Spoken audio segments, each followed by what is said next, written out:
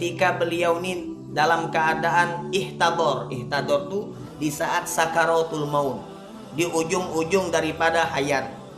Maka beliau ngomong kepada anaknya, qala ya bunayya, wahai anakku, uzkuru sahibar raghif, kamu ingat-ingat seorang yang dikenal dengan julukan sahibar raghif.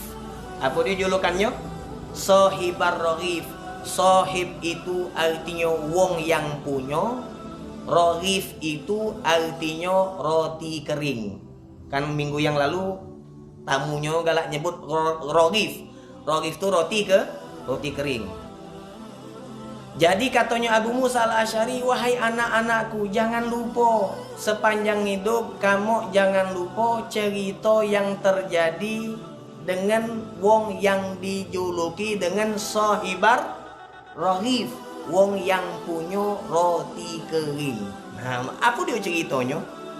Dijelaskan bahwasanya kana rajulun yata'abbad fi sauma'ah sab'ina sanah. Sahibar raghif ini adalah seorang lelaki yang hidup di masa Bani Israel, yang dionyo ini yata'abbad fi sauma'ah, beribadah di tempat ibadahnya sab'ina sanah, 70 tahun. Ibadahnya 70 tahun.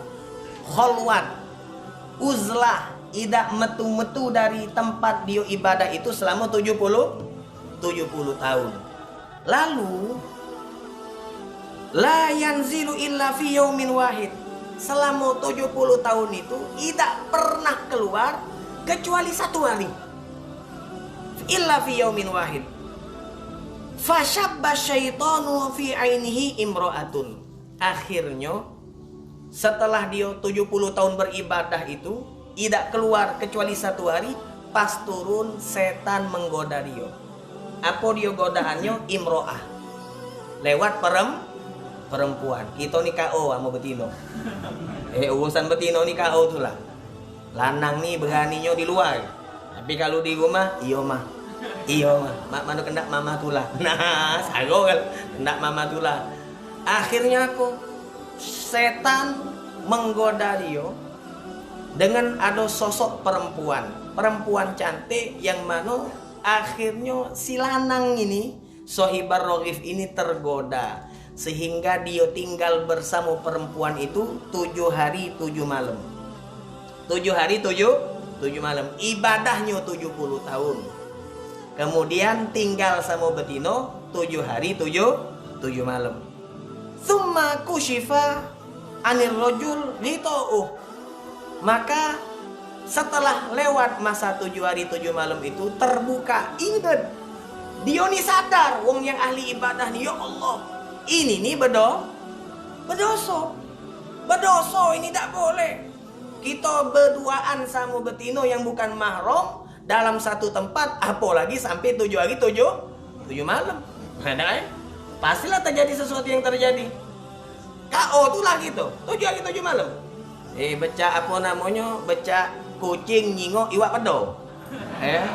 Iwak pedo kan asinnya tuh, baunya tuh kan nyenget. Tergoda tuh lah kalau kucing tuh. Model gitu mah itu juga. Akhirnya apa? Dia taubat kepada Allah Subhanahu wa taala. Fa kharaja taiban. Dia keluar dari rumah tersebut, dia bertobat kepada Allah. Fakana kullama khotwatan shalla wa sajad. Cara taubatnya mak mano? Setiap dia berjalan satu langkah. Coba jingok ini. Ini coba taubatnya. Setiap dia berjalan satu langkah, kullama khotwatan. Setiap dia berjalan satu langkah, shalla wa sajad. Dia salat dan sujud kepada Allah. Hebat taubatnya. Setiap selangkah stop dulu. Salat, sujud, berjalan lagi, tegak salat. Setelah salat berjalan selangkah, salat seterusnya sampai dia akhirnya kecapean.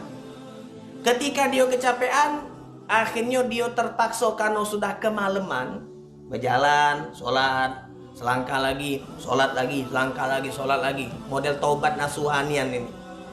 Bukan taubat-taubatan model kita. Taubat nasuha. Akhirnya dia kecapean, kemalaman, dia tertidur di satu tempat, yang mana di tempat itu ternyata banyak wong yang tidur di situ ada wong 12, galo-galonya wong miskin.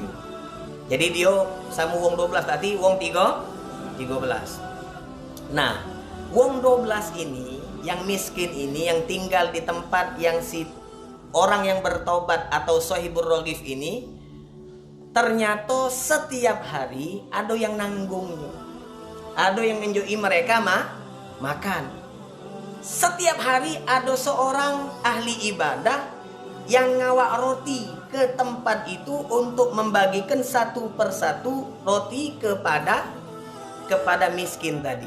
Jadi dia ngawak 12 roti besoknya tuh. Pas ngawak 12 roti dibagi-bagi. Bagi siko. Pas ngelewati daripada yang bertobat tadi dinjoknya. Sampai ke ujung ternyata kurang siko. Nah, kan biasa kan 12. Akhirnya yang tidak kebagian tadi ngomong sama yang ngawak roti. Mak mano, aku kok tidak dibagi. Akhirnya bingung siapa namanya? Yang ahli ibadah yang biasa sedekahin. Aku tidak pernah tidak magi-magi. Galo-galo ku bagi gato. Maka dia ngomong. Dia tuh tidak ngitung kan, magi-magi ke. Dia ngomong akhirnya, "Payo, siapa yang ngembek dua?" Benar ini ceritanya. Nah, kamu nih makonya kalau ada acara tahlil jangan ngembek dua. Lah dihitung palanya itu tuh. Wah ini yang undangan nih wong 300 adik, ngawet lah makanan 300. Kurang ternyata. Oh, ketia dia ngembek dua. Siapa yang ngembek dua? Dak kate.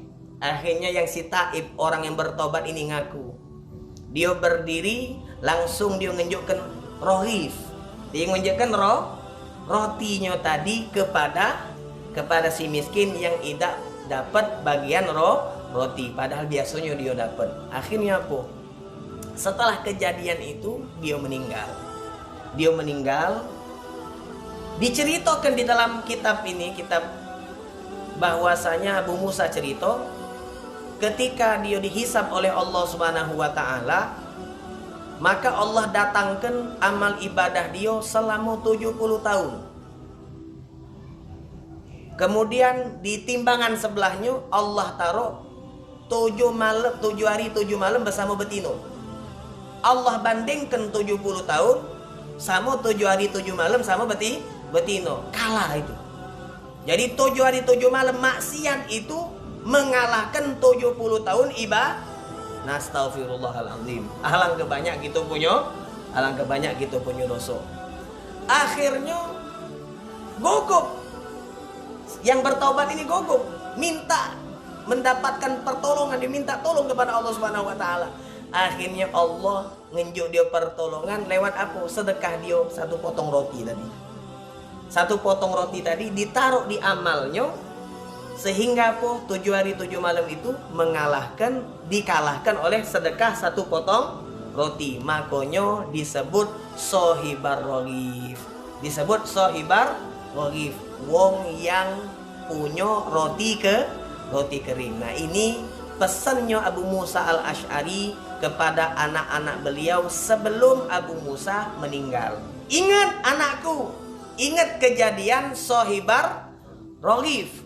Ingat, jangan lupa. Maksudnya apa dia? Cerita bahwasanya sekecil apapun maksiat itu berbahaya.